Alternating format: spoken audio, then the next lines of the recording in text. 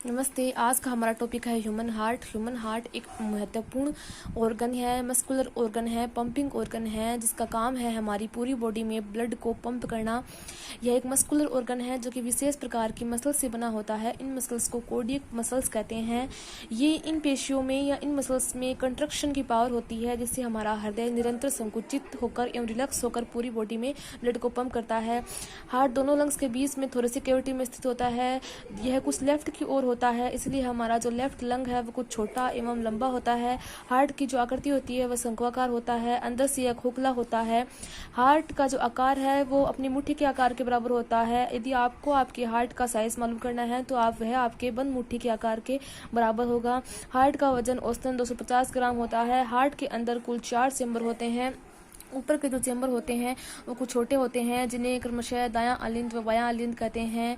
नीचे के चेंबर बड़े होते हैं, जिन्हें बायां नीले व दायां नीले कहते हैं। बायां अलिंद व बायां नीले के बीच एक कपाट पाया जाता है, एक दरवाजा पाया जाता है, जिसे द्विवल्नी कपाट कहते हैं। दायां अलिंद व दायां नीले के बीच भी एक कपाट पाया जाता है, जिसे त्रिवल्नी कपाट कहते हैं। दाएं नीले से फुस्सीय धमनी निकलती है और बाएं नीले से महाधमनी निकलती है।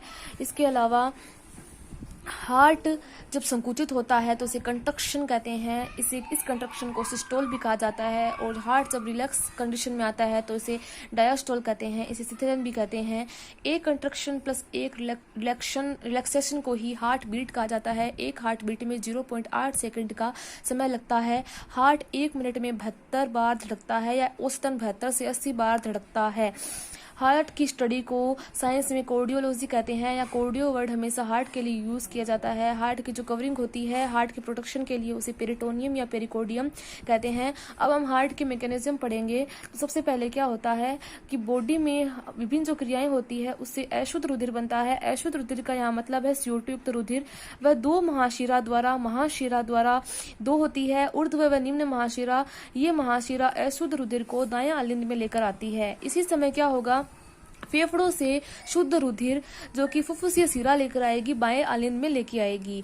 तो अशुद्ध रुधिर दायां अलिंद में आ गया और फेफड़ों से शुद्ध रुधिर बायां अलिंद में आ गया, जिससे दायां अलिंद व बायां अलिंद भर जाएंगे और ये कपाट खुल जाएंगे। दायां अलिंद से रुधिर आ जाएगा दायां नीले में और बाएं अलिंद से आ जाएगा बाएं नीले में। अब दायां नीले वाला जो रुधिर होगा वह शुद्ध होगा, क्योंकि ये शरीर से आया है, इसलिए इसको शुद्ध करने के लिए फेफड़ों में भेजा जाएगा। फेफड़ों में से भेजने का काम करेगी फुफ्फुसीय धमनी। बाएं नीले में जो रुधिर आया है वो शुद्ध है, इसीलिए इसे पूरी बॉडी में पंप किया जाएगा। इसे पूरी बॉडी में पंप करने का काम करेगी महाधमनी। इस प्रकार ये पूरा साइकिल होता है। तो वापस रिपीट कर रही हूँ। तो सबसे पहले अशुद्ध रुधिर आता है दाएं अलिंद में। इसी समय लंग्स से शुद्ध रुधिर आता है बाएं अलिंद में। दोनों अलिंद भर जाएंगे, दोनों अलिंद संकुचित हो जाएंगे, जिससे दाएं अलिंद से रुधिर जाएगा दाएं नीले में, बाएं से आएगा बाएं नीले में। दाएं नीले से रुधिर जाएगा शुद्ध होने के लिए फेफड़ों में, फुफ्फुस से धमनी ले जाएगी और बाएं नीले से शुद्ध रुधिर जाएगा महाधमनी के द्वारा पूरी बॉडी में।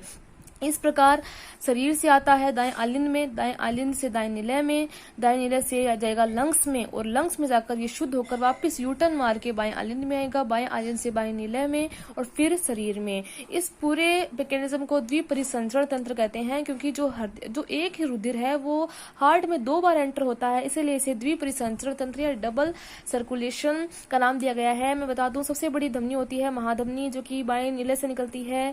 सबसे बड़ी शिरा होती है महाशिरा, जो दोनों दाएं अलिंद पर खुलती है।